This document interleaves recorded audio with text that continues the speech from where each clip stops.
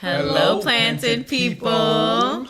It's Samaria. Welcome back to the Planted Podcast. Today I am here with Chris, Akila, and today we're going to be talking about faith. We're actually going to be talking about faith like a mustard seed. Have you studied on that one yet? yeah, that's a good one. Yeah.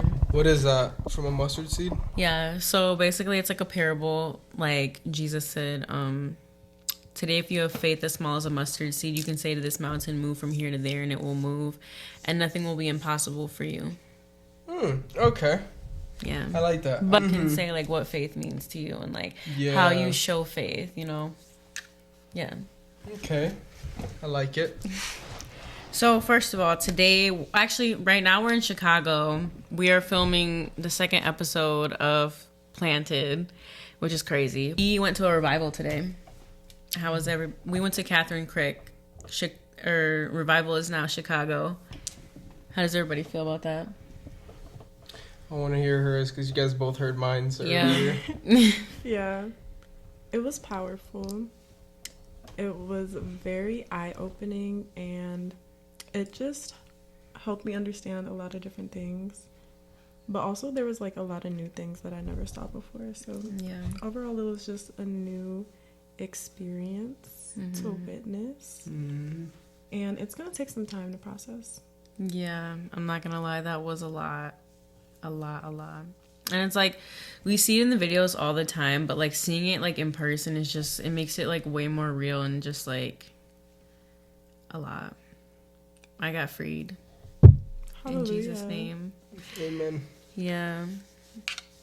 Yeah, when I heard, I think it was like when she was praying over us, and like when we were praying, it was when like the very first woman started like yelling like you can't have her, that it did like cause shivers down my spine.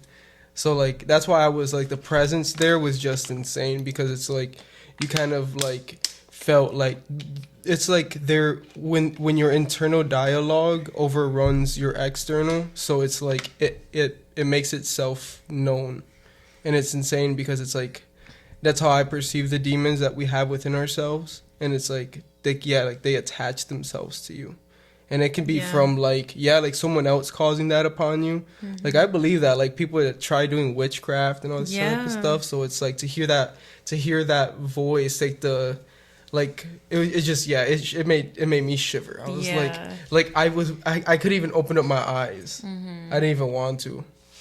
I just kind of like, what's happening? Like I can hear, like it does not sound like it's just this woman, like, you know, it's like, of course it was like a woman's voice, but it's like it had a gravity to it, like to it, you know.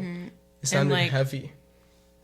And like a lot of people, like they're too embarrassed to even act like that. So like for someone, like I don't know, it's just like, I don't know, it's like, it's definitely like so deep inside. It's like you can't control it. Yeah, and that's crazy. Spiritual. Yeah, like I don't know, but the one that caught me off guard was the baby girl at the beginning.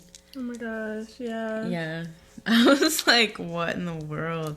But it's so true, because like a lot of times like parents don't realize like what goes on in their lives like actually like affects their kids spiritually as well, like in that way. And like kids can pick up on certain things and like not even know that they're opening doors to certain things.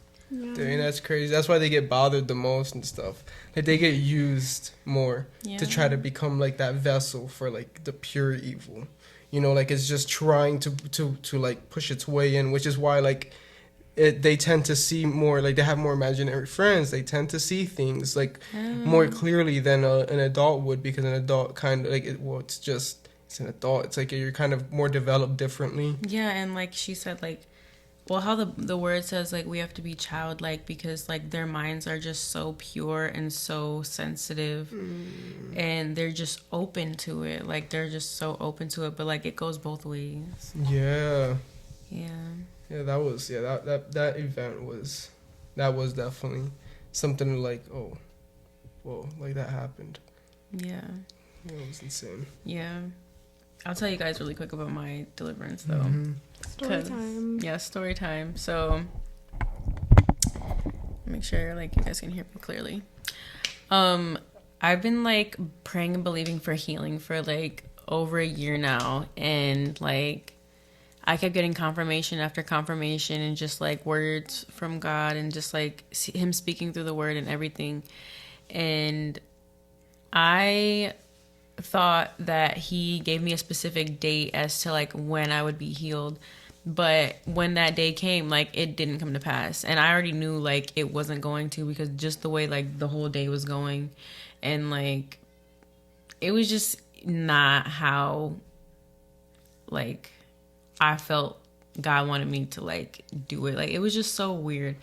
But anyway, so it's a really long story, but I ended up getting invited like unexpectedly by my friend Sarai, and literally had like, it was last minute, like had no funds to get here, but like God literally provided, and like he used someone to literally pay for the whole Airbnb so that like we could get here, and just like through people just like funded the whole trip. And I just knew like this woman is real. Like I knew Catherine was real. I'm just like, I know like God uses her power, and I knew like God wanted me there, like because there's just no way like something just like happens like that, like a whole trip is just paid for like out of nowhere. And then there was like a lot of spiritual warfare and like things that were just trying to keep me from like getting here. And like it was just, I don't know, like I whole cried the day before we came, because it really was looking like the end. Like it really was looking like I wouldn't be able to come, and I was like, no, like I know I'm gonna be there, because I just know God wants me there, and if he wants me there, like he's gonna make a way. And like he just did, like supernaturally, just like, I'm sorry, that's literally just God. Like that's like over $1,000, like more. Also, there $1,000 for my car insurance and Joyce paid. Literally, just so much stuff that just would normally just never happen. Just for me to come, just for me to get here, and also like get here safely. So like I just knew, I was like, I just know I'm gonna be healed. Like I know I'm gonna be healed. And then I would see like her videos on Instagram, and I saw a guy that got healed from something similar to what I have, and I was like, I just take that as a sign from God, like he's gonna heal me, like he's literally gonna heal me.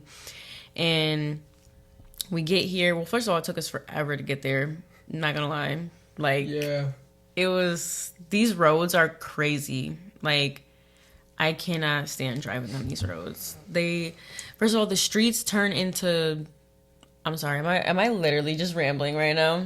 No, I mean, it's a podcast, so you're perfectly fine. The streets just like turn into highways, and then it's like they're just so confusing. The roads are so confusing, and like people be driving crazy anyway. But long story short, we made it there. I'm just like, I knew God's gonna heal me. But I was like, for some reason, feeling so down when I first got there. I don't know why. Like, I literally don't know why. And then, like, I just knew, like, I had to get to the front, and I had to, like, show her my papers or whatever. But she said, like, come up if you feel like a demon manifesting or whatever. I'm like, I literally don't feel that at all. So, like, I'm just going to stay here because I want, like, people to get free. And like she does like a lot of deliverance, and I didn't see her like praying for people to get healed yet, so I was just like, I'm gonna just stay back here, like whatever. But I was just like, no, like I have to go up there. I literally have to go up there. So I went up there, and I was there for a minute, came back to get Amari, because also believing for him to get healed from his skin eczema. And I'm like kind of forgetting like how all this played out. She was praying over someone with cancer for them to be healed, and as she was praying for them, in my head, like I was just like, oh my gosh, like this is, I was just believing for them, but also for me. I was just like, this is like, I know I'm gonna be healed. But Amari kept like just wanting to get down, crying, and all this stuff, like in the middle of all these people. So I'm like, okay, like I have to go back and sit down. Like I cannot still be over here. And then I started crying because I was like scared to miss out on my blessing because of him. And I know it's like not because of him, like he's just a baby, but sometimes it's just hard because I'm just like it feels hard to do anything and everything, and I feel like I'm limited, like sometimes, like not all the time, but like with just things that I want to do, I just feel limited. And I was just like, God, like I really don't want to miss out, like this and that. In my head I'm saying all this, and I was like, I know he's not a burden, like you blessed me with him and I love him, this and that. But I was just like, I just feel so like this and that, like whatever. Like I was just like literally not even focused on what she was saying.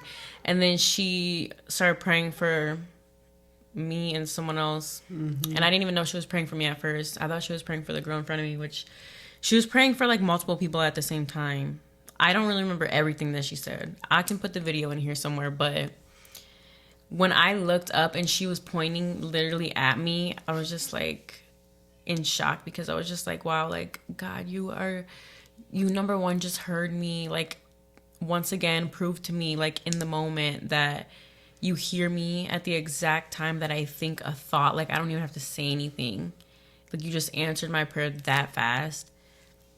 And it was just so surreal that like after all the time I was praying, like he picked me out of the crowd once again. Like this is not the first time God has picked me out of the crowd. And I was just like feeling so loved and just feeling like the fight is just, it's finally over. Like I don't have to fight anymore.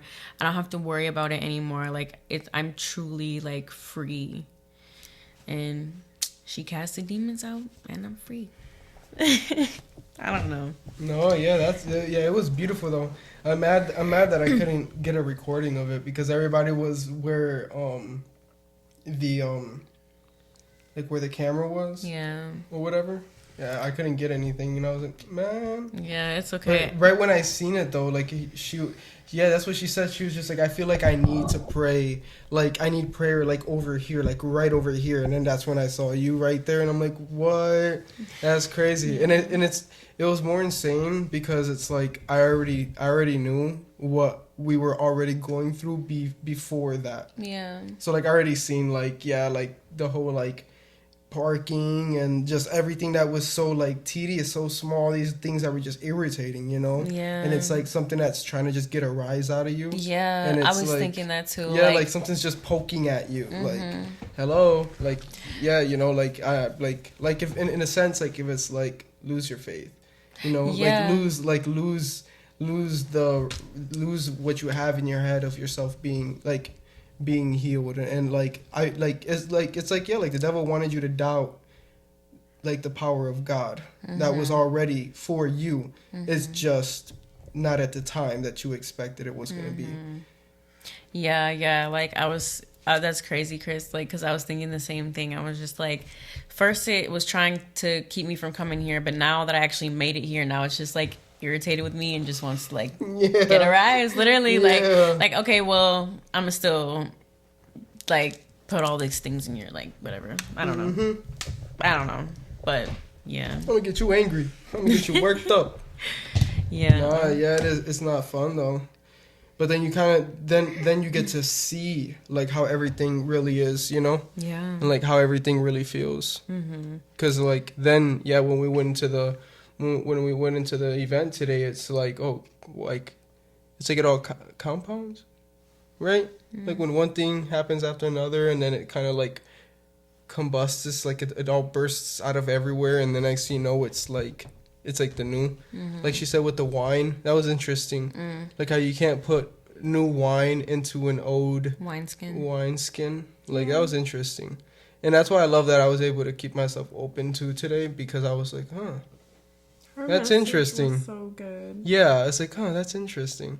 Like I can kind of see myself in that. Like that's why even like when we were and I'm gonna trail off a little bit, but it was also when we were talking about like, oh man, like it just feels so much different here in a bigger city. Like it, like just in so many aspects, you know, so much different from Grand Rapids.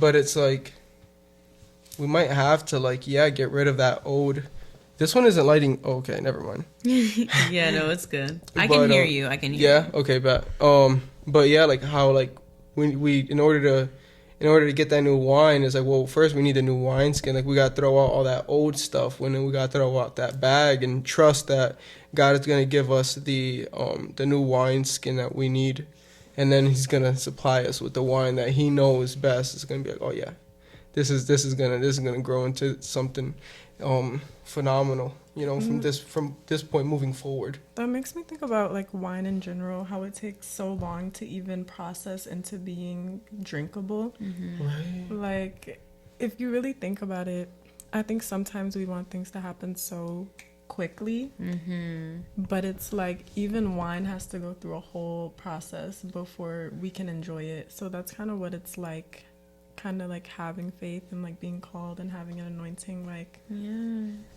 it's a lot. That's an Preaching, amazing girl. revelation, Akila. Yeah, Yes, for real though. God, He's speaking through her. Cause that's true. Yeah. That's deep. So our verse of the day is Matthew 17:20, and it says, "Because you have so little faith, truly I tell you, if you have faith as small as a mustard seed, you can say to this mountain, move from here to there, and it will move. Nothing will be impossible for you." Everything is possible. Like, God can literally do anything in your life. You just literally have to believe. Like the woman with the issue of blood, like she believed so much. Like she just knew, like, I have to just touch the hem of his garment. That was her, right? Yeah. Yeah. And she was immediately made well. And like the faith of the guy who was paralyzed, and his friend's faith healed him literally, because if they never would have lowered him through the roof, like he would have never been healed. So like faith is just so important. But when God's talking about faith like a mustard seed, He's not saying like have little faith, because He clearly said like, oh, you have little faith. But a mustard seed of faith is faith that he can work with. Like He can work with you, and that faith can grow. And I wrote down notes because, you know me, I like to do lists for everything. But I wrote down how the seeds work. You plant them, they grow roots, and then a stem, and then they grow and blossom, and then they bear fruit. So my next question is, what are some things in your lives that you guys had to have faith for that may have been difficult or may not have been? Ooh, I'm excited to wow, I already know it. Cause You go first. it's I would have to say the trip to Myrtle Beach. And it's so crazy because my cousin used to get so annoyed that I keep bringing that trip up of being 19 and going to a whole nother state with no money. Like little to no money. Like I had enough to only buy a bike. Wow. Just to travel. Wow. But it's like I knew that I needed to go there. And a week prior to that, I told myself I was going to dance at a specific location. And the day that I went there, they had a performer there at the exact location. At the exact time that I found the place, they were just starting. So it wasn't even started yet. It wasn't about to finish. Like it was just about to start. So they were getting everything ready for start performing. For a little bit, they were just playing music or whatever, and people were just getting there. There were a lot of people, and it's like, I told my friend, like, I'm gonna dance here. Like I don't know what else I'm gonna do, bro. But all I know is I'm going to dance here. And what's insane is like, it's like now like reflecting on it, it's like God kind of like, okay, so you want to dance here? There's so much more that you don't understand that's happening. So that's all you'll be able to do. You're going to make a dumb decision while you're there, and it's going to cost you the whole trip. And I'm going to need you to make that decision. And it's like I made it without hesitation. I left my bag somewhere that it shouldn't have been, and it had all my important documents in it. Oh, no. But it was like 4 a.m. I wasn't thinking. I was just like looking at it, and I'm like, yeah, I'll be back. Like it's it's like 4. Like I'll be back for it. By the time I went back, it wasn't there anymore. And I used to lie to people, and I used to tell them that it wasn't that somebody stole it. Like somebody stole it while I was dancing, and then it got to the point where I just told people the truth. Like I left it somewhere I shouldn't have. It was a dumb decision, but I now see if I never made that dumb decision, there were so many more things that I didn't understand that were gonna happen that needed to happen. And it's like when I was going there, it was like that's kind of how like the faith was kind of like strong. It's like I always, and even after that, I knew that everything was always going to work out. And I would always tell myself, like, no matter what it is, I know everything's always going to work out in my favor. And if something bad happens and people are like, did that work out in your favor? I'm like, yeah. I don't understand it right now. I might not see it, but I know I have faith.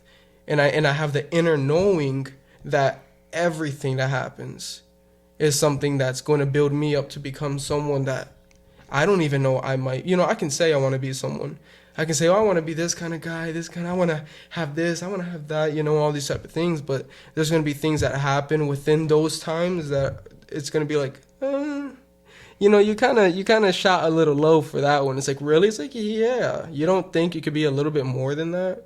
You don't think you're worthy of a lot more than what you're saying? This is just the minimum. So I'm going to have you keep that thought. And I'm going to give you all these other circumstances, all these other events that are going to bring something completely different than what you were hoping for. And I feel like that event definitely pushed me to even moving forward, even now, like not having a job and doing all this. I'm like, okay, it still works out. And I keep telling myself that because I know it does. And it's insane because there's times where it's like something challenges me, like even when it comes through family or something. And I'm like in my head, I'm like, so do you want to listen to them? Are you just gonna give in to the human world? Are you gonna give in to your physical world? You're gonna listen to everybody around you, or are you gonna have trust? And you're gonna have faith, knowing like, I know God's got me. Sometimes I don't know how, but that's not what we should be focused on. Yeah. We should be focused on our why. Like, why do we want a better life? Why do we want to treat people better? Why do we not want to do this or revert to how we were before? Excuse me. That's deep.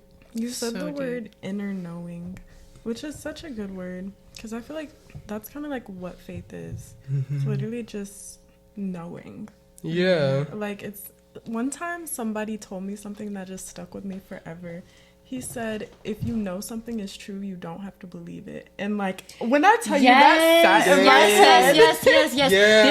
This is what I say when people be like, oh, wow, you believe in Jesus or you believe this. I'm like, dude, I don't believe in God. Like, I know God is real. Like, I don't like to say I believe in God. Like, yeah. Like, Yeah, that's crazy. Yeah. No, yeah. I had to like meditate knowing. on that. That's For so real. good. Yeah, because it's that knowing. It's that knowing that everything's working out. It's that knowing that it's like, no, God's got me. Right now, I might not see it, Right. And I tell people, hey, sometimes it sucks. Yeah. It sucks. Because, we don't want certain stuff to happen. We don't want to do certain things. And some of the things just don't happen. And then they happen in a point where you're actually ready. Yeah. And then you'll be like, wait, I'm not reacting like I used to. It's like, well, yeah, I needed you to wait. Like, I needed you to figure out how to balance yourself. How to be able to get into an altercation and be able to bounce back from it just like that. And keep that faith, keep that strong faith, knowing, like, you know what? Okay. And that's why, like how I would talk about, like, my relationship with God. It's like I think, well, he's my father. Yeah. He's the one that's going to nudge me a little bit. And it's like, he's the one that challenges me. He's like, okay, let me see what you're going to do. And even when I mess up, he's like, really? That's what you went with? Like, in my head, that's how I picture him. Like, he just picks on me sometimes. He'll laugh with me and he'll be like, why did you do that? And I'm like, well, because I thought it was right. Well, what? No, but now we're going to have to push it back just a tiny bit. Let's get some breathing space and then we'll try again. And I don't ever know when to try again. But when I know, it's not because someone told me. It's because I feel it. I just know. I'm like, okay. Yeah. Now it's time. Now I have to try again. Now this is the moment. I feel a lot less crazy, like, knowing that that's how you think about things and you too, like, just makes me feel like, okay, Yeah. I'm not crazy. No, Yeah. right? Yeah. I hate that the world, like, makes us feel like we're crazy for, like, knowing and like believing in like, you know, something. Yeah. But should I tell a story about God providing? Yeah. Like y'all said about like just knowing and like trusting God. Like, not only did God reassure me that he hears my thoughts as soon as I think them, but he just, I casted my anxieties onto him. I trusted him, and I just knew like he was gonna provide. And it's like he'll give us that satisfaction, like we can trust him, and like he'll come through every single time. And like he doesn't have to because he's God, but he literally just cares that much. And so like when I was living in my apartment or whatever, like I had like no food and ate my last pack of ramen noodles. Like I think I had food for Amari, but like no food for me or whatever. I'm like, dang, I do not know where my next meal is gonna come from. And my car was like acting up at that point. So, and Joyce picks me up from work, takes me home or whatever. I'm like, dang, this is so crazy. But I was just like, you know what? God's gonna provide. Like I've had times where I would be low on food, but never times where like I didn't know where my next meal was gonna come from, like type of like no food. So anyways, this is like 3 a.m, dude. Go to sleep. She calls me at like 8 a.m. and is like, get up and get ready. I'm gonna take you to the grocery store so we can get you some food. And I was just like, girl, what? Like, how did you even know I needed food, first of all? Yeah. Which is like, I know she probably, like, she obviously knows, like, my job be acting funny, but just like, I don't know, it was just crazy. So anyway, she gives me like a limit of like $150 or something like that. I don't even know, but I was like, dang, I am not gonna eat food for like a week and then run out again. So I was like, okay, Lord, like I'm gonna spend some of my own money even though I really don't have it. Like I know it's for the rent, but I just trust that you would either make the money back or just provide. Like I just know that you would provide. First of all, the word says, I've never seen the righteous hungry, but I wasn't even thinking about all that. I just know that like God cares so much that he literally just won't, like he won't let me go hungry. Like I know. And so like I think I was gonna spend like $15 at that store, but she just ended up paying for everything, and I had to go to this other store because I needed a can opener and like some condiments or something like that. It was at Aldi's, like we couldn't go there, so I had to go to Walmart. And then I ended up like putting way too much in the car. Like, you know me, y'all. Y'all know me. I be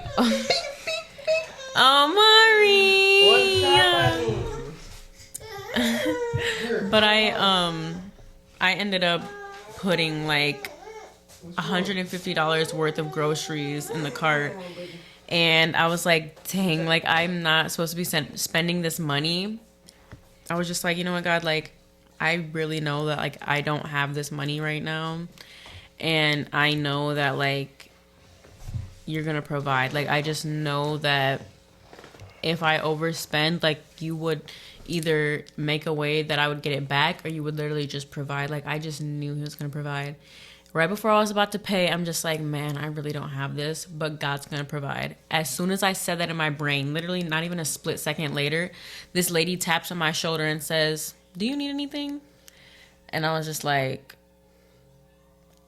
I was so in shock because I knew what God was about to do. Like I just knew that lady was about to pay. Like I just knew. Mm-hmm. And so I didn't say nothing. And then she just puts her card in and pays and was just like, oh, just being a blessing, like God, this and that, and like whatever. I don't even know what she said, to be honest, because I was so in disbelief and shock. Like I was just like jaw to the floor. And I was just like, I know it's God. Like I'm over here crying in the middle of Walmart self-checkout. Holy Spirit activate. Holy Spirit activate. Holy Spirit activate. Holy Spirit activate. We go in different directions. Oh, my eyes were closed. Activate. A Holy Spirit activate. A Holy Spirit activate. Holy Spirit activate. Activate.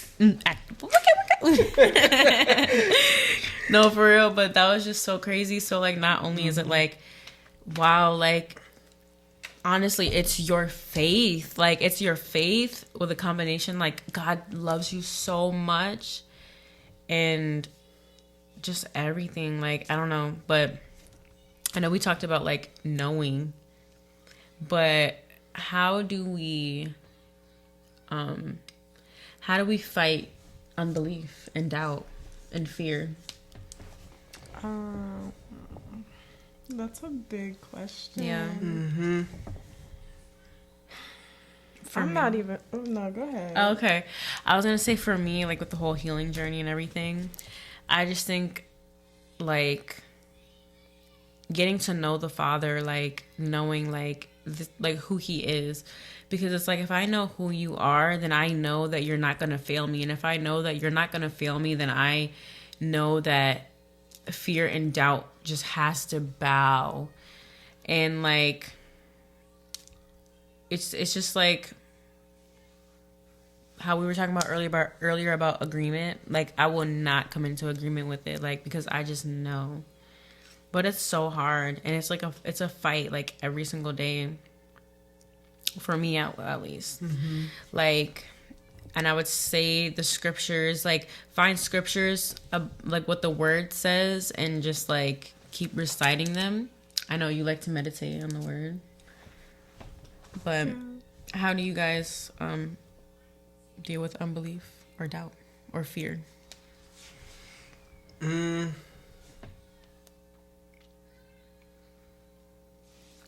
It is a nice question though, because I'm trying to think of a lot of times where I could have just not believed, but it's like one of those things like it's crazy until it works, kind of thing for some reason.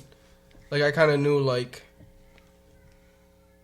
I also read a lot of self-help books and like heard like I would always see like a lot of podcasts when I was like in the beginning of my healing journey. So instead of going out and like sinning every night and going out with girls and clubs and this and that after a very bad breakup, it kind of My love. What happened, my brother? You okay? He gonna keep turning that thing off and keep coming to get you to put it back on. Dang. Another thing I would like to say is like, I wrote this in my notes. If you know your God is all knowing, almighty, and all powerful, why wouldn't you believe? You have no choice but to. When you are desperate for it and desperate for him, you have no other option but to believe and have faith you can't afford to. Do not give up. Wait on the Lord. Trust him and be patient with him. His word will and always has come to pass. It happened as soon as he said it. Trust in his promises. Live and act and talk as if it already happened. It's not manifesting. The word says there's power in the tongue. He will do it. He wants to do it. Keep on going. He fights for you. I love that I came while you said that, because I also did a lot of like watching like this one woman named Esther Hicks, and she always speaks on the law of attraction, and then there's like other things that she kind of like that kind of go straight to that is like how you speak about yourself is how you will always end up. How you speak about your situation, you will see nothing but that. And it's like hearing that kind of like not even forced me, but it made me effortlessly start going into a place where I'm like, oh, so if my circumstances aren't good, only I can see them as not good. Like even if other people are looking at my circumstances and being like, bro, but shouldn't you be sad? I'll look at them like, why? Right. Well, because nothing's going right. And I'm like, well, then what's the fun for? The fun is trying to find that beauty within the storm. Yeah. It's like, that's the challenge of it. So I feel like I knew I knew it was connected. Come here, Mari. You want to join us on a podcast? Yeah, he can sit up here. You want to join us on a podcast? Come on, Mari. Come here. We have a guest. Join us on a podcast. Welcome to the podcast. You alright? And I felt like it was kind of like, I totally lost my train of thought because this little guy came out of nowhere. About how you don't have, like, why do you have to be sad about it? Yeah, so like I knew that like my circumstances, the way that I react to them has to do with how I speak about them. So I feel like that kind of like kept my faith and like kind of like like knowing that there was still something more out there, because I'm like, well, if God already gave me the keys, like the like not even the key, I guess yeah, you can say like the keys, or like kind of like that, like his, like in my eyes, the playbook of like, hey, if you keep on doing this, like even though a woman was telling me it, I wasn't taking it as this woman is telling me this. I always, every time I hear something like something that clicks to me, I look at like, well, this is God speaking through them, and it's always been like that. That's why, like, it's like, even like with the Bible, with everything, I would just have to be like, okay, well, this is like when I meet someone new, it's like, oh, well, this is God speaking through them. You know, something that this person is going to say. Oh, He wants you to rub him. do you see this? Yeah. Oh no. And like everything, like even this, even just having this right now is like a godly event for me. Like this is something of God, you know. Yeah. Like even the trials and the tribulations are something of God to build me up, to become more wise, to be able to like my discernment, to be able to have like see how well am I holding myself up, because he can only do so much. But he can work wonders. He can work miracles. So he can do a lot of beautiful things, but it's like, what's the point if that's all he's there to do? It's like, okay, well, as me and my physical aspect, what is it that I can do to show him that, hey, I'm listening, you know, like I'm paying attention, like I'm seeing everything that you're trying to put in front of me that is going to help me. So like it kind of like, but it was struggling though for a second. I used to want to kill myself because I thought it was so like, I was so confused. Yeah. I wasn't sure what to believe in. I wasn't sure if I say something, if I'm going to sound crazy, like you were saying earlier, like I felt like I was just crazy. And it got to the point where I'm like, okay, I'm alone. I'm the only one. And it's like, no, you're not. You just haven't met the people yet. But like it's like being here with you guys now. It's like I can tell myself like, okay, now do you see, like you weren't really alone. You just need, like, I need to go through my own things, and it's all literally divine timing. It's all in that perfect linear time where, and well, time isn't linear at all, but it's like it's in that right moment when it needs to be.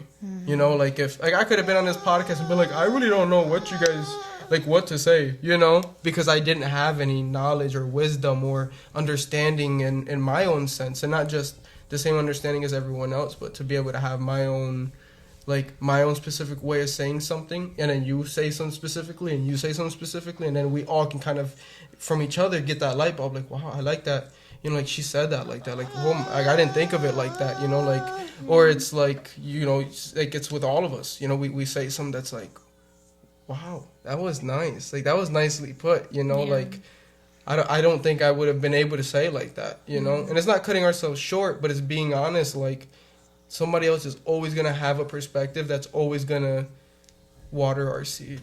Yeah. Water our mustard seed. Yeah, our mustard seed. That's good. Yes. That was really amazing. How about yourself? Did you answer that one, right? Or no? I didn't. I was kind of avoiding answering the question, honestly. Just because of where I'm at right now. Like,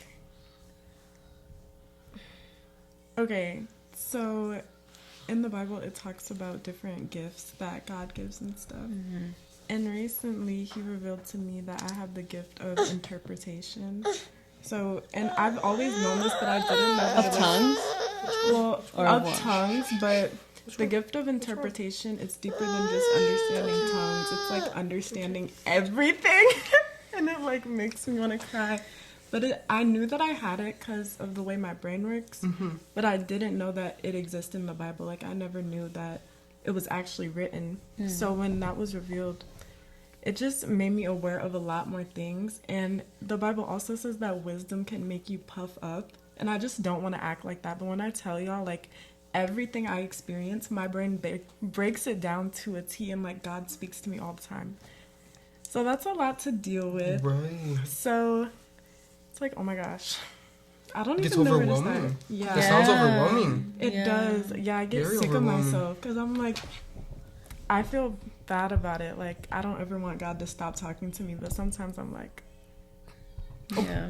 Yeah, no, right. Like, I just need a second, all right? I need to breathe. Yeah, but it's like you don't choose. So I think it's that way with unbelief and belief. Is we're not the authors of our faith for real. We're literally just vessels on this earth, and it's God's plan. And we feel like we have control, but we have control in the world, and God has control of our entire lifetime and lifetimes before us. Yeah, like it's like Yeah.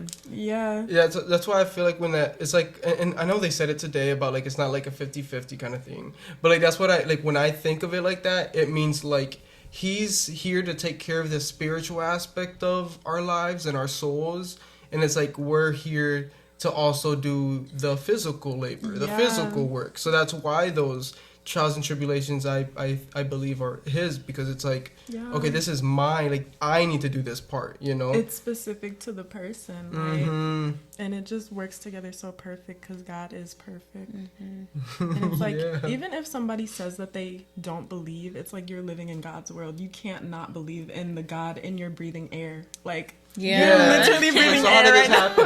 Like, how was any of this like the way it is? Yeah, like the world. We didn't choose that. Nobody created oxygen. Like God did. Yeah. Like how's your body effortlessly doing all of this without you really thinking? Exactly. You know, like you don't think of breathing. Yeah. You just breathe. Yeah. You know, you don't think of your heart pumping. Right. It just pumps. Right. You know? Yeah. He's the author of our faith. Yeah, I think a lot of it boils down to like trust and surrender. Yes. Because it's like, even if you feel like you don't have that faith or you don't know how to, like, if you trust and surrender, like all like he said, all things are possible, because you're literally just going with and just being a part of God's power, and just knowing like it's nothing we can do. Like it's nothing we can do. It's all him. Right. Like Amari.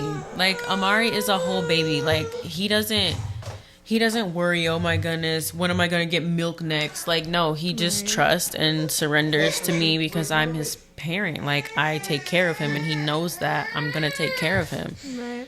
And like every time he needs something, to see if she can put on some Vaseline. and like to see, wait, what was I saying? I forgot. Trust. But he basically just knows like whatever he needs, I'm gonna give it to him, and that we should be like childlike in that way, to just know like whatever we need, like God's gonna bring it to us, and like anything is possible, and he's all powerful. And like for someone or a being that created the entire world and universe, like they have all of that power, and they created us. Like what huge blessings are we gonna receive? Like, because I know if I was God and I have all these kids, I'm like, okay, like I love you, like I'm gonna do this for you, I'm gonna do this for you, I'm gonna put this in your path, I'm gonna put this person in your path.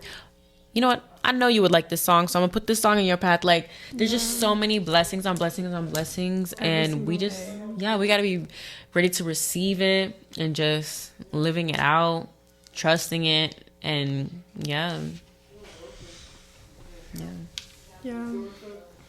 Anything is possible. It's all that trust and surrender. Yeah, anything is possible. Anything is possible. Like God can do the impossible, and he will do it. It's not an if, and, or, but. Like it's literally he wants to do it, but like he gives us free will. He gives us like a choice, like whether we're gonna receive it or not, whether we're gonna seek it out or not, whether we're gonna seek him or not, whether we're gonna accept him or not. So, yeah. You have anything else to say? No, not for real. Just like, have you ever seen a miracle? Yes, every single day. Literally every day. Like, Can you share a story with us? God is always just performing miracles everywhere. Let me think. Today, even A story of a miracle. Yeah, Chris, do you have Oh. you do have a story of a miracle. Your guy, the story you told us when you were Oh, wait. your angel guy. Oh, yeah, the trip from Myrtle Beach. So it was crazy because the day I went to Myrtle Beach, and everything happened, right? I went to the event, this and that. I got recorded. This woman asked for my permission to record me, and I was dancing the Thrillers. I was getting jiggy with it. Okay. And I met this kid over there too. He was pretty cool. So we just kept kind of dancing back and forth and everything. So we were just jamming, having fun. But that night I slept on a bench for like my first time, and it was in South Carolina, and near the coast there's these things that live in the sand called chiggers. And what they do is they dig deep, not deep, but they dig in the first layer of your skin, and they don't So they're nest like there. mites. Yeah. Oh Yeah. my gosh, like scabies. Yeah, and they're disgusting. Oh my gosh. So I remember just not being able to sleep and whatever, and I remember when I finally was able to go to sleep, I got woken up, and it was this homeless man, and he was like, "Hey, you're not from here, are you?" And I was like, "No, how can you tell?" And he was like, "Well, no one would ever sleep here because we all know the rules, and you can't sleep here. You'll most likely get locked up if the cops find you here." So he asked me my name. I told him why I was there, this and that, and it was weird because I felt a sense of security. Like I felt like a sense, like a safe, like I felt safe for some reason. Like it's crazy because it's like I wouldn't ever, even when I have kids, I would never tell them to do this. But he offered to watch out for me while I sleep, and then he'll wake me up to take me to the homeless shelter, or not the homeless shelter, but like where they go for breakfast. So we go, and he wakes me up at like 4, or like before 5, because they open up at 5 and we have to get there first. So he tells me, like this is where we can get food and everything. So if it wasn't for him, I wouldn't have had breakfast. And then he ends up, the whole time we're there, he just ends up watching me, just watching over me. Wow. Texting me, telling me, "Hey, are you hungry? Can I get you anything or whatever?" And I'm like, "Yeah, I am pretty hungry and I haven't ate." So he was like, "Do you know where the Taco Bell's at?" We would meet at Taco Bell. I'd always ask for the smallest thing, and he'd always give me the $5 box. So that it has like 3 tacos and another extra thing or whatever, and a pop and whatever. And we'll always talk every time he's giving, we're meeting up with each other. And when he was working towards heading to his girlfriend, and I can't remember where she lived, but she lived in a different state. So he was trying to get himself back up to go to her. And I was now without none of my documents or anything. I couldn't get a job there because I need my documents, I need my ID. So I had to already head home. And so while we were waiting and everything for the bus ride, for me to get all the way back home, from the Greyhound, we departure, right? We leave, and then when I come back, I'm like, oh man, I want to see what like I heard what happened with Myrtle Beach, because they had a flood a week after I left. Wow. So mind you, I'm thinking about this guy now because I'm like, crap, like I was just with with Gunner, that was his name. And he was such a cool guy, and he looked over me and everything, so I genuinely appreciated it. And I look, and I seen his profile picture, and it was him with his girlfriend. So it's like the man that was also working towards going somewhere different in life got to get there at least. So I knew he was safe. And then there was another instance where my life started to kind of turn around for the better, right? I started to get back on my feet, and everything, and I'm like, man, I want to hit up Gunner, I want to see, it's been a while, and so I try to reach out to him, and it's like he didn't exist. What? Like his profile picture, nothing. Like his profile didn't even pop up. He was a recent friend of mine, so it should have been easier to find him, and it's like he never. It's like he wasn't really there, Wow. and it's insane, and it makes me want to tear up sometimes because it's like, it's just like that's what I meant. Like I knew I really wasn't alone. Like there was a video a while ago that I saw, and it said, "What was your happiest moment?" You guys probably don't. What were you thinking about in your happiest moment?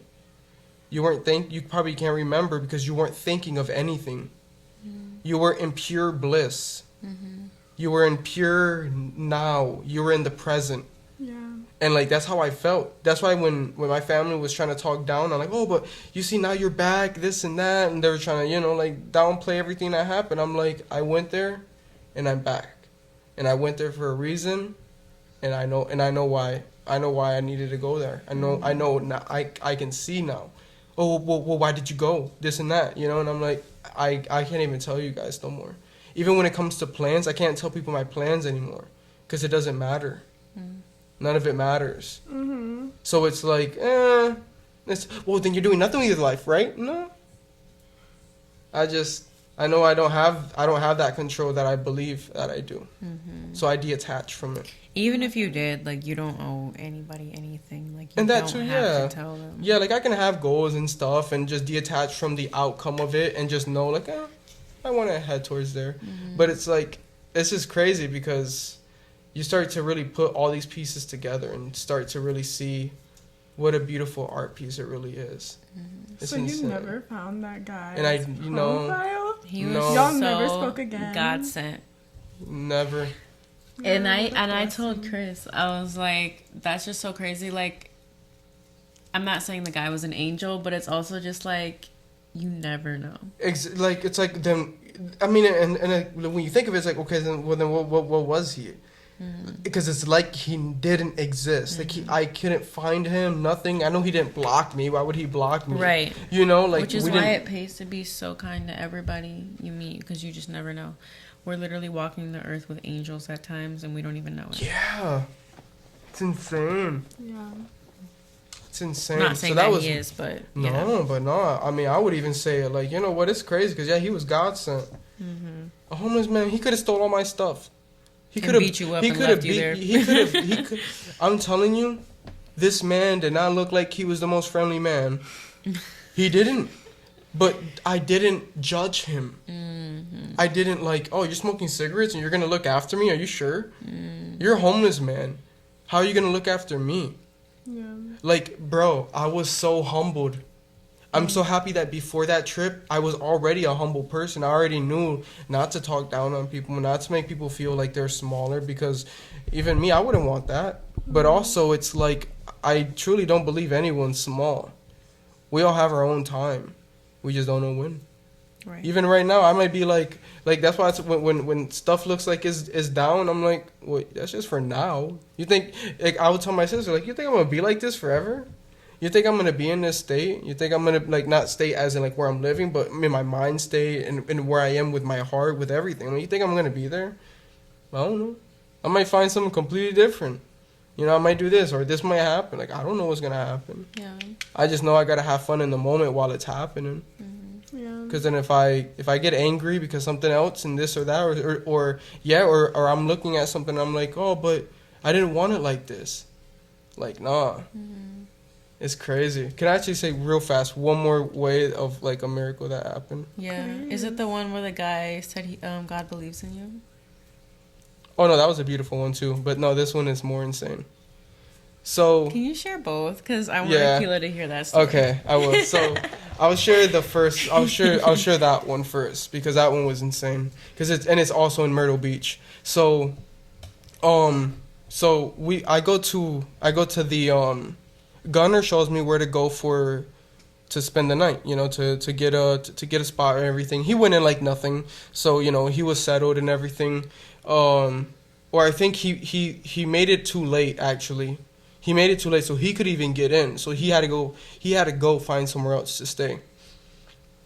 This man, the owner of the place, I go in, and and I tell him, hey, look, I'm not from here. I come from Grand Rapids, and I'm letting him know the whole situation, right? And he tells me, he looks at me for a second, like he kind of freezes, I'm over here I'm talking to him, and no, he first tells me we have no spots. Well, can you scooch over? You're like a little bit out of frame. Thanks. So he ends up telling me we have no spots at the moment, and I'm already like, oh man, like where am I gonna sleep? Like those things were beating me alive. So then, so I'm over here afraid, and well, no, not really afraid, but I was kind of I knew I got myself in this situation, so it's like I kind of had to prepare myself to like, well, this is what you get. Like now you're going to, yeah, okay. So now we're gonna have to deal with this, and he looks at me for a second, and this was after he just told me there's no space, right? So he looks at me, and he just freezes for a second, and I'm just like what's happening? Like you're looking at your paper, you just told me there's no room.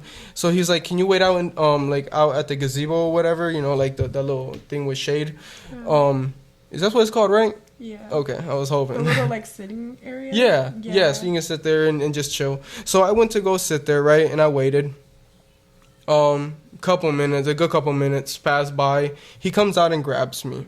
And he's having me explain my situation in depth. So he's asking me, where am I from? How old am I? What's my name? This and that. What brings me there and whatever. And I told him how I just felt like I needed to go there, like I wanted to, and this and that, which wasn't true. I went there out of pure wanting to escape my problems at home. So it definitely was like a karma, like a bite in me. And so we get inside, and the first thing he asks me is, do you believe in God? And at this moment of my self-development, I purely believed in the universe. That's what God was to me. God was this cosmic just of everything. Like every particle was just this bright little, like it was in my head, it was just so beautiful. I couldn't even explain it. But that's what God was to me. You have like a concept of God, but not a relationship yet. Yeah. Tight. So I'm here like, oh, like God is everything. God is me. God is this. God is every single thing. There's particles. There's everything is living, but doesn't move. Not everything has the ability to move. But if you were to grab a magnifying glass or a telescope or whatever and look at this, that's how I perceived everything. So when I saw angel numbers and something was like, oh, well, this means that this is a time of growth and this and that. And I believed in those so heavily because it showed its kind of proof. Like it was like, this number means this, and this is where I'm at in my life. Okay, that's weird, and it makes a exact sense. So I used to just base everything off of that. Mm-hmm. And when he after he asked me that, I straight up told him, and I'm not gonna lie, in God's name, I'm not gonna, even when I talk to followers of Jesus Christ, I feel bad sometimes because I'm like, I don't know any anything of the scriptures, so I'm like, I don't want to like misquote anything. And every time I do speak, like, not ill about any of the religions, but just my mind kind of goes like, and it kind of like, oh, nope. And I'm just like, okay, let's not get rude about it. Let's not get rude about it. Let's be respectful. And so like I'll internally, I'm always respectful with it. But I straight up told him like, no, like I don't believe in God, because I'm not going to lie on God's name. And I had that much respect for it. So I'm like, I think this guy, means something else. So I'm not, I don't want to say, oh yes, I do, Wait. If you didn't believe in God, why did you care about lying on God's name if he didn't exist? Because it's the respect that somebody else genuinely believed it. That someone else puts their whole life onto that. So even if I do not believe it, I know that someone else does. So I don't ever want someone to be around me and be like, oh man, well, God is really doing this. And I'm not going to be like, bro, shut up, you know? Right. Like, I'm going to be like, oh, like, that was beautiful. Like, that was beautiful. And in my head, every time I would be like, I don't really believe it. Like, because that's, you know, I used to be like that. Like, I don't know. And then I would always correct myself. No, let's not say that, man. Let's be respectful.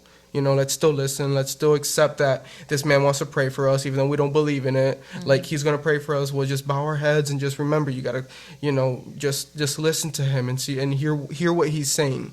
So, like, I was never really close to it. Yeah. I mean, we prayed at Chili's. Yeah, you know. So like, but even then, like, I was still a godly man, just not a religious man, because that's what I thought I needed to be, was a religious person instead of having a connection with God Himself. That was before like a relationship. I was even all in. I think I was like a little lukewarm back then too. Right. I think So like, that was actually in one of like a more difficult time of my life. So that was pretty crazy to, you know, be in that moment too with you guys. Yeah. So after that man tells me that, he ends up telling me he has a spot for me. And then that night you missed a part. Oh, you're right. You're totally right. 'Cause that's the best part. So after he asks me if I believe in God. Maria. I need to stop drinking this water, but it's so good. I can't. It is. So after he asks me if I believe in God and I reply no, he pauses for like a minute and he just looks at me and he's like, well, he believes in you. So that was like, that guy's a savage. For real. And he was like, we'll make room for you. And this is like, I didn't have to accept. Of course, I could have just been like, oh, well, no, that's weird, you know. But I was like, oh, crap. Like, okay, there's something else now. Like, now there's, like the fact that he just said that, it's like, there's something. You know, like, there's something I'm not understanding yet. There's something I don't have a connection with yet. And then, back up a little bit. You're good.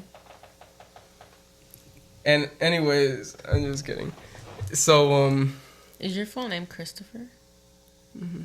Yeah, because I was going to call you Christopher Robin. Yeah, named after Christopher Columbus for some reason. My grandma just loved that man. Whoa. But then I heard what he did and everything. And I'm like, what the heck, girl? Like, did you just not, like, focus on history? Like, why? So that's why I wanted to do my name change, because they named me without understanding why they named me that. It's okay. That's crazy. I know. She wasn't the only one that loved him. Hey, she may not have known, but God knew. Okay, this has to be Chris, so I'm just gonna put this in her brain. That is true, though. Yeah, for real. Chris, where did you leave off? So, God believes in you. Yeah, so he told me God believes in me. That night, I couldn't even sleep.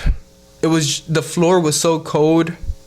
I woke up shivering like crazy. I remember just trying so hard to put all these layers, utilize whatever it was left that I had just to stay warm. And I remember just going back to sleep and just, oh man, especially after I got warm and I calmed myself down. Like, I literally had to keep talking to myself like, bro, relax, okay? And I kept having to go like this and just giving myself that like reassurance, like, bro, you're that comfort, like, it's all right, man, like, you're good, like, you see, you look at how smart you are, man, like, you think other people would have just done that? Some people probably wouldn't have done that. They probably would have just kept suffering, but you knew what you had at the moment and you used it. So I kept just reassuring, like, bro, you're good, and I'm just like, that was such a hectic night. I can't even imagine, because I already told you, like, the other day when it was like 66 degrees in here, and I was like, I literally can't do anything when it's cold. Like, when I'm cold, I literally just can't. Like, I can't do anything. Yep. I have to just lay there and just like suffer. Yeah, it feels like that sometimes. It's crazy. Yeah. And it's they also gave me a little lunch box or a lunch bag with like all these little pastries, all these other snacks, all these other like little chicken strips and all this type of stuff before I left, and I forgot it. And then they literally called me back, like they drove me back, and then to grab it, and then we grabbed it, and they dropped me off at the train station. I mean, at the bus station, and then I was on the bus for like a day or two, or a day. Yeah, it was like a day. How did faith play in that situation for you? Like, did you like how were you like feeling? Like, were you motivated to get out of that situation, or were you just like depressed? Like, did you ever have times where you're just like, I know, like, I'm getting out of the situation? Or did you ever like think about God? Like, after, like, you know, after he said that, like, did that make you think about God? Like, I don't know, where was your head at during that time? Like, the process of that. I definitely don't think that I thought about. I don't think I thought about God because I was still very fixated on just specifically using the universe, because every time that I would use God, I would think of just Jesus Christ, and that's it. And I'm like, but I'm not a Christian, so I can't do that. I have to say the universe. I have to allow myself to have this image of it where it's what at least my mind in the moment can conceive. But because I didn't want to like stick a stamp in my head of this is who God is, and I was and with my relationship with past with religion overall with my past, it was not good at all. So it was kind of like a push kind of thing. I was like nope, like all right, like if people are telling me God and then they tell me Jesus, I can't do it. And I would always get so like, it was just like I was worse back then because I would get irritated, I'd get mad, I would get very uncomfortable, and now it's like I just gotta still find that comfort, like find that understanding, and still be open to like accepting what other people believe and what other people see and what other people feel, how they feel, because I still believe deeply that like I needed to go through that. That was, God gave me that specifically. And that's why I just always never thought I could be part of a community, because I thought that the community also themselves as a collective thought that they needed, like everyone is going through these similar circumstances. They're all doing the exact same thing. I don't know, my mind was so fixated on like in a weird way back then, like the way I thought about it and everything. But faith definitely played out because I don't feel like I was panicking. Like it was weird. It's like my instincts played a huge role because I just had faith that this is where I was supposed to be. This is what I was supposed to. This is right now. This is what's real. Is now.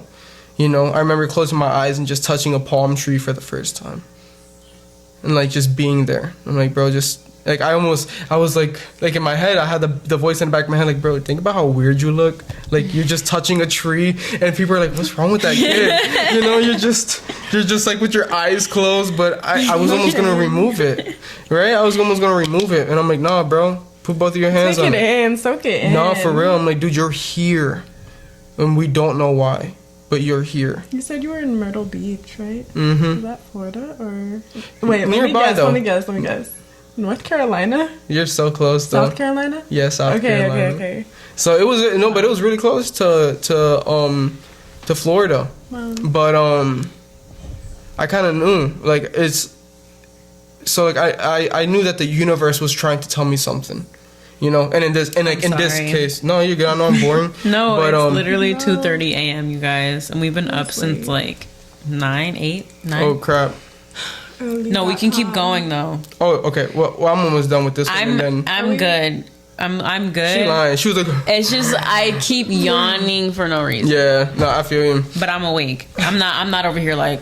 Yeah. No, for real. Those were really good stories. Yeah. And like you have a really like just a beautiful artistic way of sharing your testimony. Yeah. Those were blessings. Thank you. But you said you had one more miracle. Okay, yes. All right, this one is quicker because it was literally quick. So, a day before my 3-year relationship ended. This was when me and her were already working things through. We were already, you know, understanding each other. And it was like 3 years in, but we were already understanding how to communicate. That's a long you know, time. how can I tell her this, or I'll how can cry she? right now. That's a how can sensitive she topic. talk to me? You know, like we were already kind of getting into the groove of things, of like me understanding. Okay, dude, you as the boyfriend, you as the man. You know, you're gonna have to kind of put your big boy pants on now, bro. Like you guys we were living with her mom for like a year, yeah, like a year or so. And I wasn't saving up money. We didn't do anything. We went across state to work with her dad, where I was making like $1,700 a week, and I kind of blew the money because I wanted to go to California because we had like 10 grand or like 8 grand each, and that was a good chunk of money to be like, yo, you know, we can go try something, and if it don't work, we can just go straight back home. But that's what, you know, she didn't want to do that, and she just wanted to go back to Michigan. And me, I was already like, but I want to go pursue this, and I want to do that, and I want to do that. And when she said that she didn't want to, I changed all of my plans so that I can go into her plans, whatever she wanted to do. So I ended up idiotically just wasting all my money because I was just sad at the fact that I would never be able to pursue my dreams. You know, that's just how I was feeling at that moment. Like, that was my only chance. And it's like, well, no, dude. Like, no, that's not your only chance. That's like a form of neglect. Because I went there with her to work with her and her dad. Like, and you just like, you kind of said no to a part of yourself that you really wanted to say yes to. Mm-hmm. I fall into that too. It sucks. So we came back to Michigan, and it was really rocky for the next year, and then the year after that we kind of started to get smarter at this whole love thing, you know, and we probably both still had our own little misconceptions and everything, but it was kind of like, I don't know, like we were getting there. And I remember there was a night that we left my sister's, and I was still kind of more into the whole universe thing, but God universe thing, but I it's like, so I was still into that, and it was different though at that time, but my faith was so strong still, so it wasn't like, oh no, I have control over my life, this and that. It's like I kind of knew there was a higher there's a higher power. So it was leaning less from just this cosmic thing to like a God form kind of thing. I just didn't know what the image is. I don't know what to look at.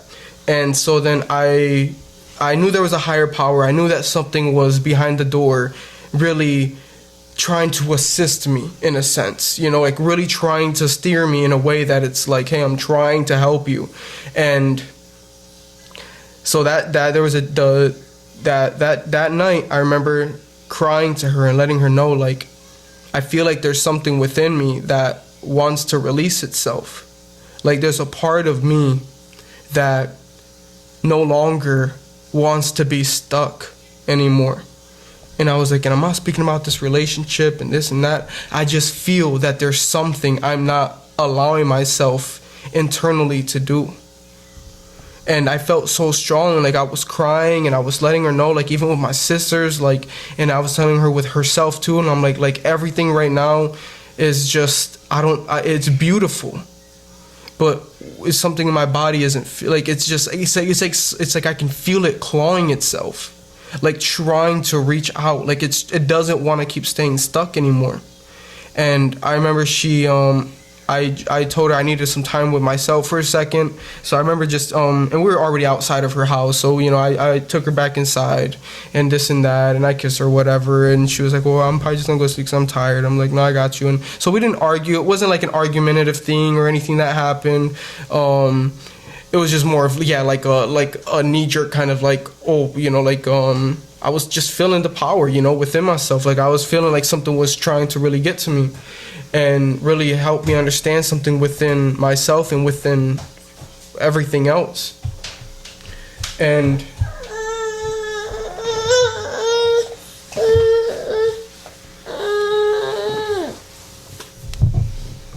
And I remember just praying for the first time, like in a way where I'm just thanking God.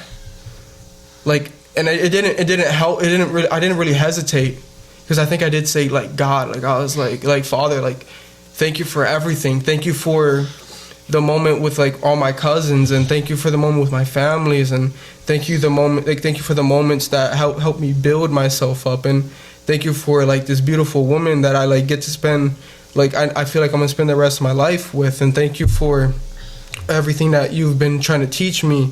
And I'm sorry that I haven't been able to like really like practice those things, or like if I'm not doing it right, but I genuinely appreciate like, and I'm grateful for everything that like you're giving me, and the things that you will be giving me down the road that you know are best for me. And the way this miracle works is crazy, because I just thanked God for everything that I had. And it was and it's weird, because the next day is when everything gets broken apart. Like I just thanked you for everything that you gave me through these 3 years, and you just took it like it was nothing. And I didn't feel like I lost anything. That's like I already knew. Mm-hmm. Like I knew, I'm like, are you sure? Like really? Like this is what's supposed to happen. And like, yeah, I had my moment for a second where like eventually, like after me and her weren't together anymore. Like I couldn't sleep, and I felt like, like I lost my other half. Like, I mean, we were together for 3 years. I experienced stuff with her that like I never got to do, working in a different state and doing all this other type of stuff, trying new foods, and maybe getting a little bit too comfortable and everything. And oh, sorry. Then to like make me cry. To like see it crumble down within one prayer, like kind of knew, and like I already knew, like like, so there's more to this. Wow. Damn. Wow. That's crazy. We just stopped. Need to keep talking, because it just stopped. It just stopped when I said there's more to this. Yeah. Do you have another battery or no? Sadly, no. That's okay. I know. This is a good conversation. Like, finish the story. We can keep talking. Like, I can literally black screen. Who cares? At least I can still hear it. Oh, right. Okay. Because it's only going to be black screen on YouTube, and I can literally still post it on like Spotify podcast. Nobody will know. Oh, exactly. So that's just crazy to think of that, though. Mm-hmm. And it's like I felt like my faith was challenged. Like it was like, yeah, everything you just said that you wanted, everything that you just were grateful for is not here no more. So how strong is your faith? Like, how grateful are you going to be for are you still grateful for the times that like I just prayed for all the times that I don't know of, of like all the trials and tribulations. Like I was crying when I was praying. Like I was crying, I was bawling my eyes out, and I was just like I don't know, even when I was explaining to her how there was something within me, and it looked like she didn't understand what I meant. Like she didn't know. And it's like, well, you can't, you can't explain that kind of thing to people when, like, that's the power of God. Yeah. When like he makes his presence not known through physically, but when emotionally you feel like there's something more that's trying to come out. Mm-hmm. That's trying to make you understand that, like, hey, there's a part of yourself that you've been neglecting, for way too long.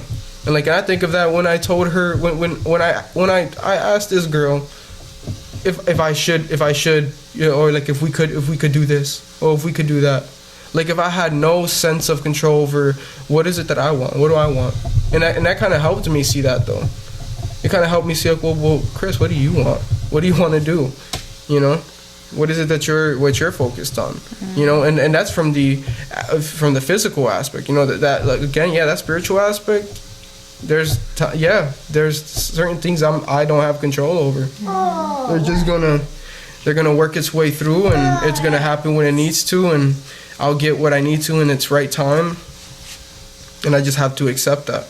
Another thing too is like it was a blessing in disguise, because like the way she was, like, like how you were talking about the quickie and like all that. Like, Yeah. Like, imagine it's like God answered your prayer even though it wasn't like how you wanted it. Like, it's like, to me, I'm like, if I was God, I'm like, dang, he just thanked me for this girl, and like, I don't want him to get his heart broken, shattered later on, so I'll let him like go down easy. Even though it's not easy, but it's like, it's better than if you actually were to like Propose or something. propose and like spend money on a ring and like all this stuff, go on, spend all this money and like just crazy stuff, and like he just saved you from so much more, like, in wasted time, wasted money, wasted energy.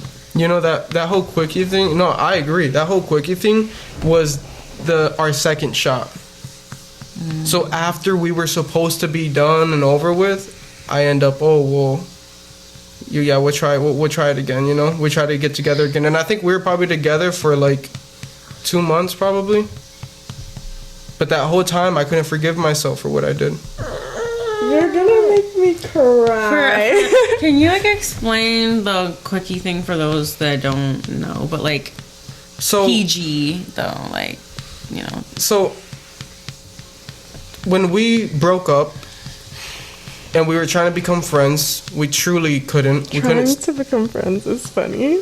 Yeah, That's like, hilarious. I guess, yeah, like we were already, like, we were friends. We really weren't friends. We were just two people that ended up rushing into something we didn't understand. Because we were like, oh, well, you know, we don't need the, like, we're gonna go past the friend stage, you know? Yeah.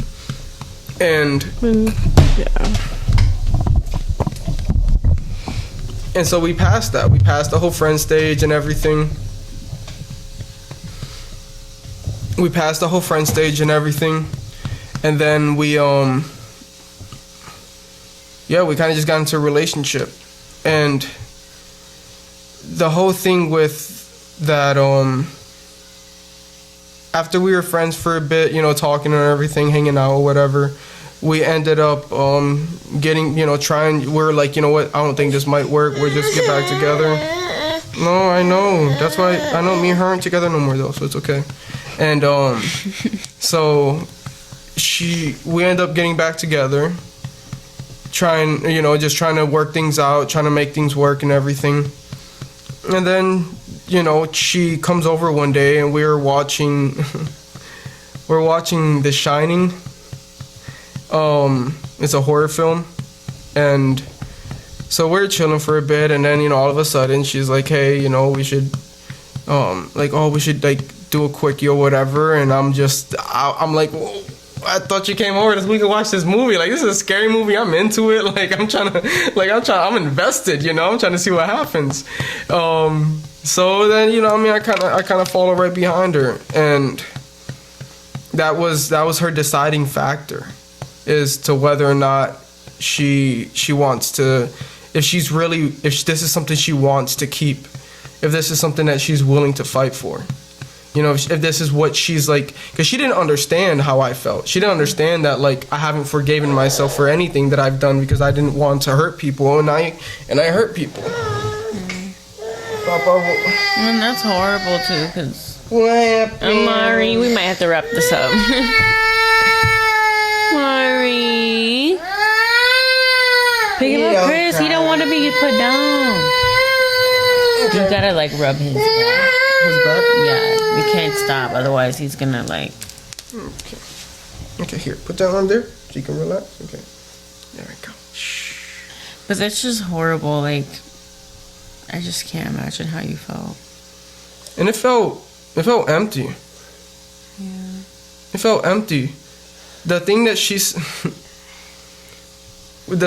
said after, I'm hoping this is PG, but she said, I like when you please yourself inside me.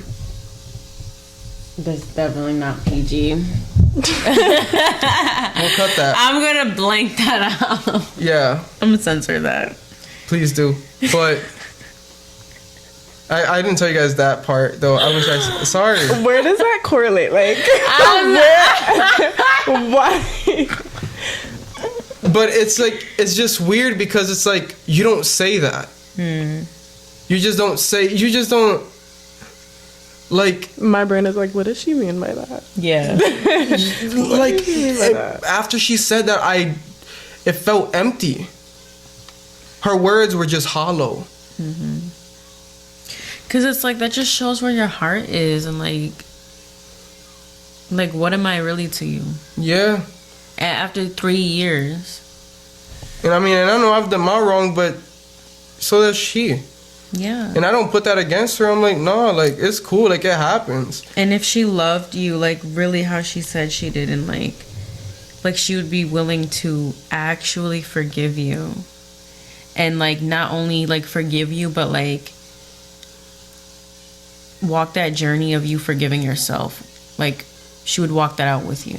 Yeah, because she called me one night, like, you know, I'm human too. You know, I have feelings and this and that. And then I'm over here, like, just streaming. I was just streaming a lot when we tried it again. Because that was my escape. I couldn't bear seeing you because I hurt you so bad. And I seen you cry in a way that I never thought I'd be able to make someone cry. To make you feel like you're nothing. Like, I've grown up feeling like I'm nothing. Why would I want you to feel like that? And I made you feel like that. So what do you think I feel? You know? How do you think, I'm sorry, I don't know how to heal this. I don't know how to go through this because this has been done to me my whole life, and I just did it to someone else. And now I'm already wise enough to look at myself and be like, you messed up, bro. It's okay. You messed it up. And that's fine. Now what are you gonna do next time? And I'm like, bro, I don't ever want to do something like that again. I don't blame you though. Anyone. I don't blame you. I think it was like both parts. It takes two to tango, Chris. Like, you. Oh yeah, it's she was not your definitely- fault. Like, the way she even was, like, in the way, like, I don't know. No, just- I get that. Yeah, Like, that's we make true. mistakes, but it's also just like, She wasn't a saint. She wasn't an angel. yeah, Wait, a saint or angel? Like- either one. She was neither. Yeah. It makes me sad how we just hurt each other in love. It makes me really sad. I know. Because we don't try to, but it's like you don't have an awareness of the ways that you were either hurt as a child or like what you're healing from, all that stuff. You're naturally just going to put that onto somebody else. And if you don't have the awareness, you can't communicate about it. And so it's just like hurt that goes untalked about, and that builds like resentment. Dang, And it's yeah. just like from both sides. Like, Yeah. I know this all too well. Yeah, I because just hate she it. had daddy issues. She had her own things. And it's like, Yeah. how are you going to react to that? Like, do you even think of like, how are you going to look at men? How are you going to treat men? Right. How are you going to treat yourself Like- because of certain, like even with me, I've been raised by my mom. So I'm very emotional. I've been more in tune and more focused on my creative aspects and my emotional side. I remember when I first told my dad, what do I do if someone pushes me? He said, you punch them. I don't know what the heck you mean by punch. Right. What is You a know? punch? I don't even know how Yeah. to punch. Yeah, like I don't even know how to punch. So what do you think I'm gonna do? It's just we're given these tools sometimes and these circumstances that some of us we just do not have control over until we do something so messed up where we're like, oh, now you gotta wake up from it. Like now you gotta really check yourself and be like, oh crap. Like once I cheated, man, after everything caught up, I was like, dude, that is insane. And it was right after I prayed, everything fell down. That was the most insane part. Wait, you cheated on her? Yeah, like in the beginning of the relationship, because it was so rocky. Me and her, and the thing is that that's all she would want is that. She would just want that, and that's it. And it's like, that's all I thought I was good for. So I'm like, oh, so I can get that from anyone. And then I'm here literally underdeveloped mentally and emotionally because I'm like, oh, I'm just that. I'm just the guy that comes over in snowstorms and in rainy days that will give you that because that's all you want. That's so horrible because, like, it's so crazy hearing, like, a guy say that because I felt like that for so long when I, used to live doing those things. Mm-hmm. So I be That's trying to tell just girls, insane. not all men are the same, not all women are the same. Man, some men don't like doing that kind of stuff. Man, that just lives on my consciousness, or not my conscious, lives on my conscience. Right? Yeah. Like, yeah, like, so, like, yeah, here and there. I mean, I not as much. I don't be thinking about it now, but like, yeah, there'll be times where I'm like, dang, I don't ever want to treat people like that. You know, little triggers or something will come out of nowhere, and I'm like, yeah, I'm happy. I am not that guy anymore, because I do not want to do that again. I do not want to have to I don't want to put myself in that situation. Yeah. You know, I don't want to make somebody feel like that. Yeah. I don't want to feel like that. You know, because that took a while. And my sister used to always tell me, it's gonna take you forever to heal, Chris. You're never gonna be done healing this and that and whatever. And she would just tell me in the most brutal way. And I remember a year after, she just saw me in a different light. She's like, how did you do it? And I'm like, Maribel, I just started to just not care, because there's nothing I can do from what's already done. I just know now I'm building myself up to become someone better, where I'm not treating people like that, where I'm not doing people dirty, where any of that, because that's old programs that were subconsciously in my mind that were just nesting there. Just it was like I was on autopilot in a sense. How did like God use that situation to like, I mean, I know you just were talking about it, but like not only like grow you, but like how did he turn like the negative situation for good? And I don't know, like, do you have any revelations now that like, I don't know, like, I know you learned like not to do it again, but like what have you like really learned from like all of it? Like not just the cheating or the, you know, whatever, but just like everything, to like sleeping on the bench, and just like has he revealed anything about yourself to you through all of those? I never truly believed that I was worthy of doing anything. Really? Yeah. Chris, but you're literally so good at everything. Like, you are such a talented and like sweet, kind human being. But where I'm around, like where I was raised up around, they definitely didn't show me that, you know? People would, I would argue with like family members, and they would always be like, why do you always think you're trying to be right? I'm like, I'm not trying to be right. You just don't want to be wrong. Yeah. I don't mind not being right. Like, I don't mind being wrong.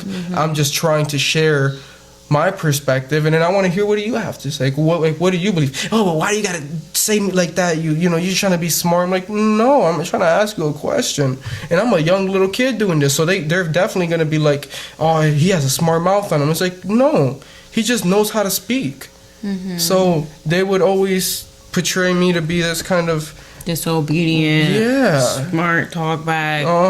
And it ruined my own image, and I feel like God kind of showed me that. It's like, you got it, like, you got this. Like, and they abuse their age and authority over you too. Like, they abuse it. And they, like, try to flex. Like, it's really not a flex, because like in God's eyes we're literally the same. And that's why we should both treat each other with respect and kindness, and like listen to each other, and not that like adults or parents have to like do whatever, but like, I know that we're supposed to like respect them and obey them, but it's also just like, not only does the word say don't provoke your child to anger, but also just like, don't tear them down just because you can, and like just disregard everything they say just because they're younger than you are. And my mom sometimes, like, I even noticed that, like, I also had to say, like, I also had to like take like self accountability. Like, I had to be like I had to start taking accountability to like ways I thought, you know, like ways I treated people, like ways I treated myself, which were the reason why I treated people that way, because it's like, hurt people. And I was just a hurt little kid. But everybody was telling me, no, you just want to be the center of attention. And I'm like, okay, like, I'm not going to tell you my emotions because you just don't want to hear it. But I feel like that was like a revelation for me of like, I really truly never I think that's why I like to be alone so much, because then it challenges me to have to lean on just myself. Lean on myself and lean on God. And just know every single thing is gonna work out, because for some reason it always does. And every time someone's going through something hard, I always tell them, I'm like, isn't it weird that regardless of how you're feeling right now, it's still gonna work out? And next thing you know, they're just like, what do you mean? And I was like, you're gonna think of this later on and you're gonna be like, man, I remember I was feeling like that. That's crazy. Because then now I'm not feeling like that, and I can see a whole different world. And it's like, and then what do? They stop their own blessings from coming, because they say, no. No is such a powerful word. Yeah. Because you stop every single thing. And I feel like you can even stop from what God is trying to give you. The power of agreement. Mm-hmm. Except it's disagreement. When you just say, nope, no, then you're just going to get that. You're going to just feel like everything has been no for so long. And I feel like that's kind of how I felt. And it's crazy because, yeah, that's why even when people would tell me, like, oh, man, you're a good dancer, this and that, I used to be like, like, no, like, I'm all right. You're a better dancer. I would always just, I would just put it straight to them. Mm-hmm. Oh, man, I like the way you do this. Oh, thank you, man, but you do this way better. That's crazy. I didn't know you can do it like that. Mm-hmm. And I started realizing that about myself. And I feel like those trips really gave me that. Man, I found that I found the Target and the Walmart without even without a GPS, because I didn't want to use my phone. Wow. I just looked and I was like, there's a lot of cars over there. There might be a store over there, because that doesn't look like it's a highway. How did I get that reference? From the observations that I would make from when I'm in Grand Rapids, Alpine, and I'm thinking of all these streets, and it's like, dude, your instincts are good. Because then what did I find when I went down there? I found exactly what I needed, a target. You aim, I shot, and I got the target. So period. It was weird, because it was like, there we go. But definitely it was that all of it teached me, like, bro, you just gotta lean on God, and you gotta lean on yourself too, man. You gotta, like, that's why I feel like, yeah, there's just like this 50-50 kind of thing, because it's like, bro, you still need to believe in you, at least, for the most part. Believe in God, know that God is here with you, but you gotta also know it all starts also when you allow yourself permission to grow. When you allow, like, you can allow God to change, to bring change into your life, but if you say, hey, God, bring me all the change that is required for me to be a better person, and then be like, bring it, but I'm gonna be over here, and I'm just gonna be cooped up for a little bit. I'm just gonna be up in this little box, and whenever I'm ready, I'll come out, and I expect whatever you want me to do in life, what you want is gonna be right here. Everything you say, like, everything, it's always biblical, the stuff you say, and you don't even know it, Chris. And the word says faith without works is dead. Damn. You are speaking to my soul right now. Yeah. But I'm not gonna lie, we kind of have to wrap this up because we're pushing 2 hours. Oh my goodness, no. I want the conversation to end. That was, no, I know, but I actually had a lot of fun. Talking, though, yeah, but that was great. Well, thank you. Oh, sorry, your outro. Oh, thank you guys, though, for having these conversations with me. No, thank you for having us on here. That was fun. Yeah. I enjoyed that. We had an amazing conversation. You be speaking, Chris, and so do you. I know this podcast was a little bit all over the place, and we were, like, talking about everything, but I just really pray that this, like, blesses someone, and, like, God speaks to somebody that may need encouragement. So thank you guys so much for watching. If you haven't already, please like, comment, subscribe, and share. The Instagram is We Are Planted Ministry. The TikTok is We Are Planted People. The YouTube channel is called Planted. And I'm hoping to get this up on Spotify. So we will see how everything goes. But I will have all the social media links in the description. Thank you guys so much for watching. And I will see you guys in the next episode. Bye, guys. Bye. Okay.